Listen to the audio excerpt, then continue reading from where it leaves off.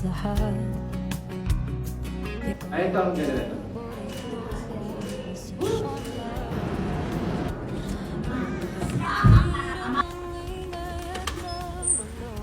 Hello. Thank you po.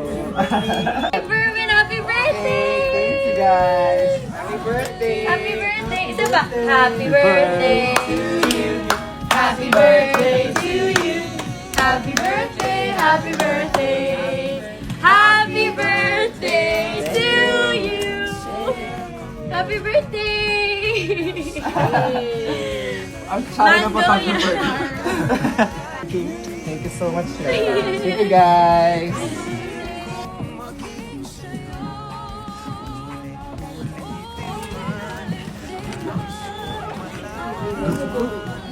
Thank you for this and to celebrate the drink tonight. Of course, the bosses are here, executives are here, mga bisita ng ating mga boss are here, mga judges, visitors are here. Kayo na! Maraming salamat sa inyo! Lean ka ba? Yes, Kat.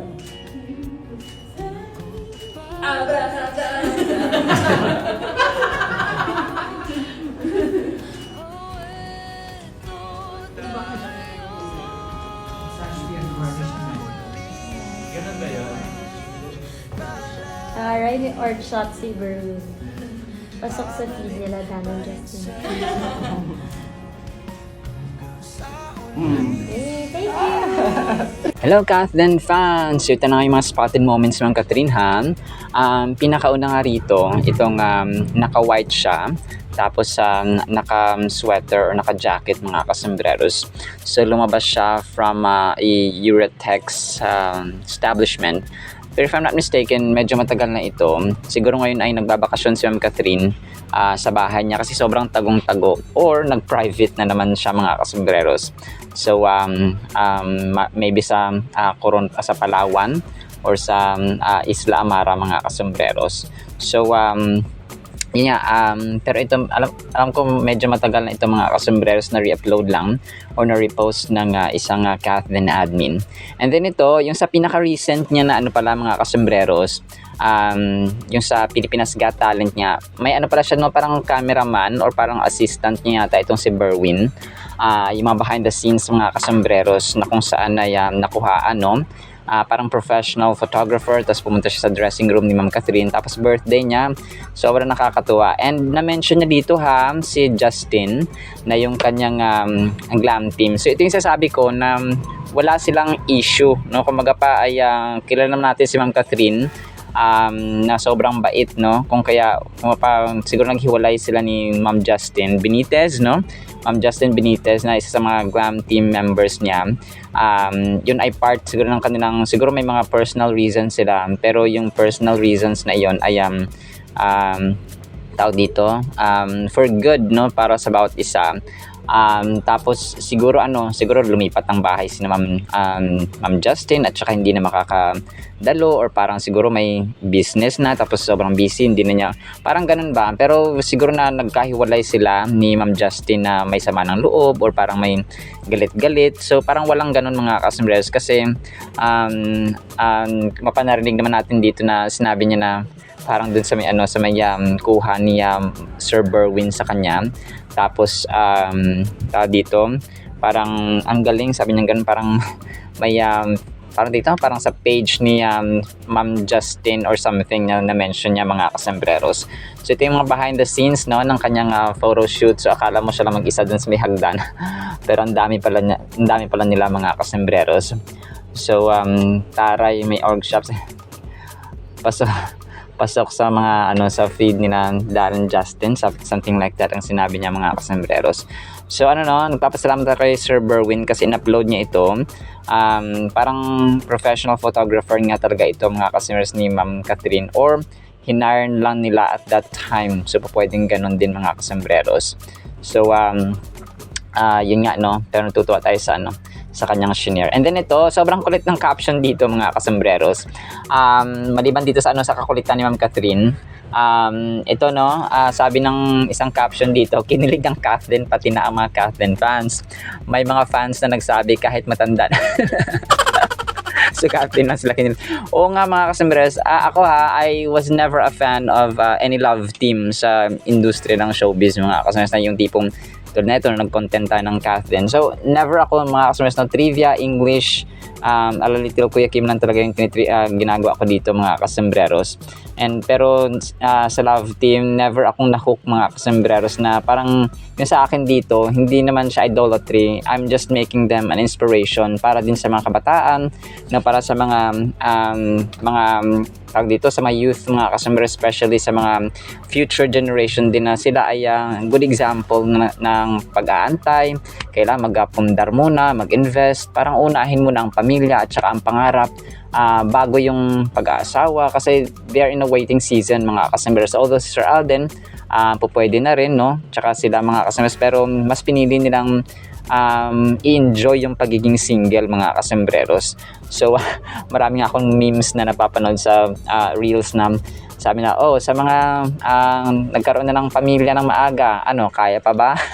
Kasi maagang nag-asawa, maagang nagkaanak. So parang mahirap mga kasombreros ang buhay, especially kapag wala kang stable na trabaho or may nagkasakit pa, tapos dito yung wala kayong naipundar, wala kayong investment. Kasi mas maganda talaga na may business kayo mga kasombreros bago or pagpalaga natin may stable job talaga mga kasombreros. Kasi parang lang siya, parang para sa akin para kina Ma'am Catherine at Sir Alden, parang hindi lang dapat na-mention ni Sir Alden sa interview na ayaw na niyang maranasan ng kanyang pamilya, ayaw niya makita na dumadanas at saka nararanasan ng kanyang pamilya ang kahirapan na dati ay yun ang kanyang na-experience mga kasombreros. So gusto niya na sa future generations, sa mga maging anak niya, apo, so hindi na nadadanasin ng hirap, kasi maging mahirap talaga mga kasombreros. So sinasabi ko po ito sa inyo kasi sila naging good example. So it's not more than the kilig, no, more than the kilig factor na hatid ng Kathleen. It's about the values and the deep meaning and purpose of life mga kasombreros. So talaga nag-preach ako dito. Pero kidding aside mga kasos, ganun talaga, no? Talagang gusto ko kahit ngayong family natin ay alam mo, makaahon sa kahirapan at medyo makaramdam ng hayahay sa buhay ba, no? Hindi man gaano mayaman, pero at least merong pagbabago, no? From very poor, nagiging poor, and then medyo nakakaangat sa middle class, parang ganun mga kasos. And then yung pinaka-purpose talaga ng buhay is si Lord mga kasos, which is nakita natin yung kay Sir Alden. And then ito, nabalita, no, parang wala pa palang feedback dun sa ito yung sa bike niya nga nasira nga mga kasombreros.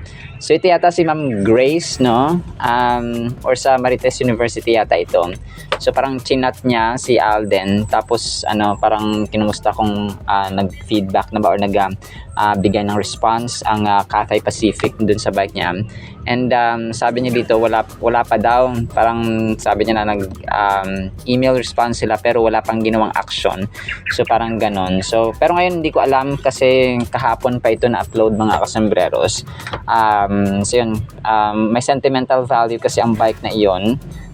Tsaka pinaghirapan at saka gustong-gusto talaga ni Sir Alden ang bike. So parang something na hindi siya basta-basta dapat masira, pero nasira mga kasombreros. Ibig sabihin may malakas na impact talaga na tinamaan yung bike na yun kung kaya siya na nasira or na-break mga kasombreros or nabasag. And then ito, ang kakulitan ni Ma'am Catherine, ang kakulitan niya, box office phenomenal cinema queen, no? Ang haba ng mga kasombreros kasi. Ayan, so ang kakulitan ni Ma'am Catherine sa TCL, nag-aala tigre at saka kuting-kuting siya dito mga kasombreros. So, talagang na-miss natin talaga. Kasi ito yung parang kakaibahan kapag si Sir DJ, yung kanyang kasama mga kasombreros, parang hindi siya free, hindi siya maluwag na kung parang she cannot be what she wanted and she wanted to be as she is, kasi nga baka mapagalitan na naman afterwards, na parang ganun mga kasos. So ito yung parang ito na yung totoong Catherine mga kasombreros, na pwede siya magkwela-kwela, pwede siya childish, pwede siya kalog-kalogan. So ganun mga kasi which is nagagawa niya mag-isa no kapag sa ganitong mga event. Tapos kapag si Sir Alden ang kasama niya, sige, sakay lang ng sakay ang kakulitan. ito yung tipo na talagang nagkakasundo ang kanilang mga ugali, mga kasembreros. So para siya nakalabas sa kanyang kulungan or hawla, mga kasembreros. And then ito, so na-repost lang ng isang admin na spotted ang Kathleen, pero matagal na po ito during taping pa nila ito ng Hello Love Again sa Canada, mga kasembreros. So nakakulay orange si Sir Alden ng jacket or sweater, mga kasembreros. Tapos syempre todo alalay siya kay soon to be Mrs. Fulkerson. And then ito, next item natin. So ito yung time na parang pababa si naman Catherine, naka-black siya. Tapos naka-polka dots ang kanyang So parang may kilala siya dito na close na vlogger or something na kilala niya. Tapos sabi niya, bawal pa kayo, parang bawal silang lumapit dun sa area na kung saan ay pinagbabawalan ng management, mga kasembreros. So yun po, no. Pero ito po ay during pa ng PGT, mga kasus, kung saan kasama nga niya si FMG. And then ito, sobrang agree ako dito, mga kasembreros. Alden Richards, the new king of movie. So kapuso celebrity. So tapos si Sir Dingdong Dantes at saka si Sir Daniel Padilla. So yun nga, no, yung titulo na phenomenal box office king and queen ay sa Kathleen lang talaga. So super agree dito, mga kasembreros. Although no, si Sir Dingdong Dantes, kapuso primetime king. Tsaka si Sir Ruru Madrid, si Sir DJ naman may mga awards din siya, no. So let's be happy na lang, no, para masaya, mga kasembreros, ang lahat. And then ito, last item natin, ito, mga kasembreros. And then second to the last item, ito, no, si Sir Bernie na ang tawag dito na isang vlogger din po ay sabi niya dito, ang pogi at ang bait na tao, no, Sir Alden Richards ay kung pa napa-comment at saka napa-post siya, mga kasembreros.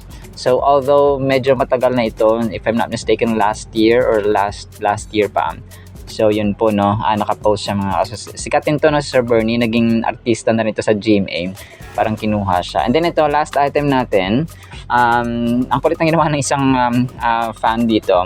Si Sir Alden ay ginawa niyang animated, no, nakakulay white, mga kasembreros. Para siyang anime character talaga, mga kasembreros, no, kapag ganito ginamitan ng AI or ng effect, mga kasembreros. Alright, so na po sa ating Kathleen items, ha. Sana po ay pakinggan po natin ang Word of God, and today is June 27, 2025, Friday po. At para po sa ating Word of God ay sobrang ganda po nito, mga kasembreros, although medyo pangit ang ating topic, no, or ang kanyang title. Ang title po kasi ay walang silbi. Proverbs 6 verse 12, a worthless person, a wicked man walks with a perverse mouth. Ang ibig sabihin ng wicked, mga kasembreros, worthless or wicked, no, ay evil or morally wrong. So kung kaya ang ating title po ay walang silbi. Unang-una, sort of introduction, mahirap at saka delikado kapag meron tayong kumaga pa yung kasama natin, no, yung friend natin, mga kasembreros, ay may mga anomalya or masasabi natin na may mga yung activity, yung pinagkukuhaan nila ng kanilang business or yung pinagkukuhaan nila ng kanilang income or ng sahod or ng kaperahan ay galing sa masama. Okay? Apart from that, kapag yung normal na lang kasi yung ginagawa ninyo na akala nyo tama pero mali, ay nagiging lifestyle, nagiging habit. Akala ninyo kapag kayo lang na magtutropa, maganda siya, mabuti, maganda tingnan.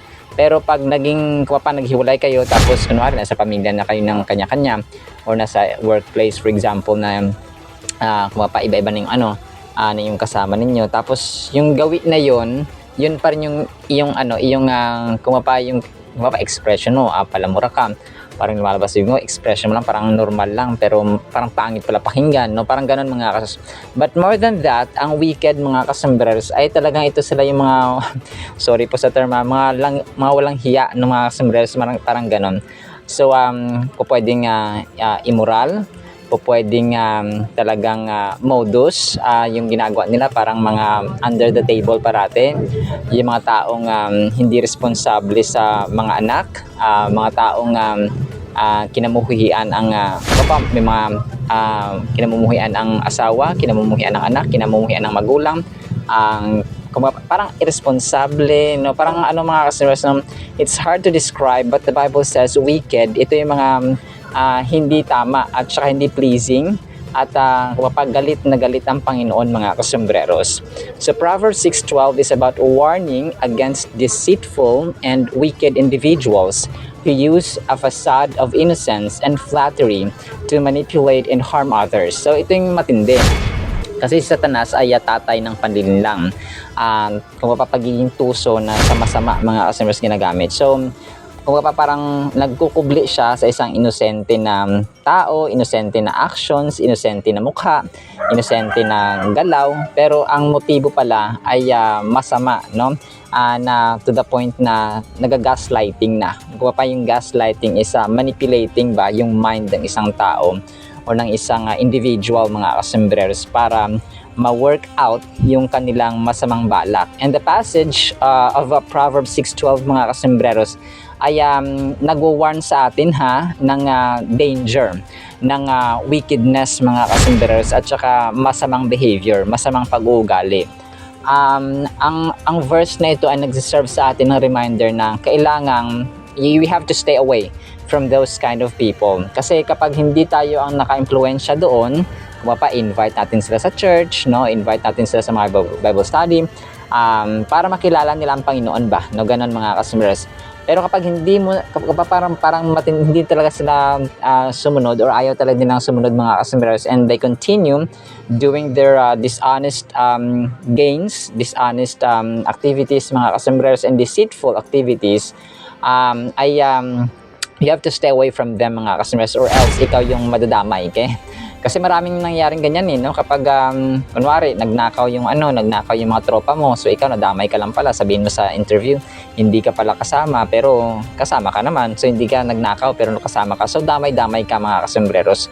So yun po yung kahinatnan ng mga magtotropa ka na ganun po ang kunwari yung mga addict, no? Yung mga nagdodroga, nag-ano pa dyan, no? nag-anomaly mga kasembreros, mga anomalous yung kanilang mga ginagawa. So madadamay ka kasi nga ay kasama mo sila. It calls for introspection and self-reflection to ensure we are walking the righteous path and not succumbing the negative behaviors. So hindi tayo dapat sumusunod sa ganun because we have, kailangan gawin natin ang tama at we need to please God mga kasmers. And kapag na-please ang Panginoon ay reward ang ating nag-aantay sa atin. Have you ever encountered individuals who engage in deceitful behavior and witnessed the harm it can cause? How did it make you feel? This verse reminds us of importance of honesty and integrity in all aspects of our lives. So ganun mga kasembreros. Sobrang mahalaga kasi yung anak na mabait ay mayaman niya o kayamanan niyan mga kasembreros. Hindi man kayo sobrang yaman na materially or financially, ay kayamanan ang anak na mapagmahal at saka mabait mga kasembreros. And so with parents, no, kapag mabait ang parents mo, kapag loving sila, ay kayamanan sila may tuturing kasi they're precious. Bihira ang mapagmahal na magulang, anak, kapatid, asawa, and so on. It challenges, sabi dito, drawing parallels from our biblical passages enriches our understanding of the significance of Proverbs 6:12. So sabi nga dito sa James 3:6 din, ay dinidescribe dito yung dila, no? Kasi dito mga kasunod ay walang silbi. Tapos ang taong walang silbi ay tinatawag na wicked man ng Biblia or ni Lord mga kasembreros. And kapag sila po ay nagsalita, ang kanilang bunganga po ay sorry po sa term, no? Walks with a perverse mouth mga kasembreros. Yung lumalabas sa dila nila ay kung mapamasabi natin na pandilin lang or walang kabuluhan, nonsense, and so on mga kasembreros. So kapag pag binuka nila yung kanilang bibig, expect mo na merong mangyayaring masama. So parang ganun ba? Kasi nga it's either maghahamon ng away or mumurahin yung kasama o mumurahin si ganito or parang galit parate. No, ganun mga kasembreros. In the contemporary landscape where communication transcends physical boundaries through social media, the impact of our words is amplified. So tama mga kasembreros, lalong-lalo na po sa social media, no? Kapag kasi ang tao ngayon na judger na, no? Madaling makapag-judge mga kasembreros, akala mo mga perfect sila. lalong-lalo na po yung mga netizens kapag may mga times din naman na tama naman talaga ang karamihan. Let's say, sorry po sa term, mga corrupt na mga politicians, yung mga anomalya na mga ginagawa na talagang klarong-klaro, malinaw pa sa sikat ng araw. So, yun po pwede mga kasus na we have the right to voice out.